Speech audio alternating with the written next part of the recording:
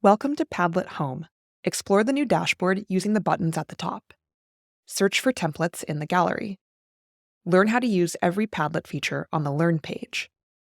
Join Padlets via URL. Click Make to make a Padlet. You can create a blank board, use an AI recipe, or try a popular template. From Padlet Home, you can search for Padlets, check out your recently viewed Padlets, and look at all of your Padlets. You can also access Padlets shared with you via email, as well as archived and trashed Padlets.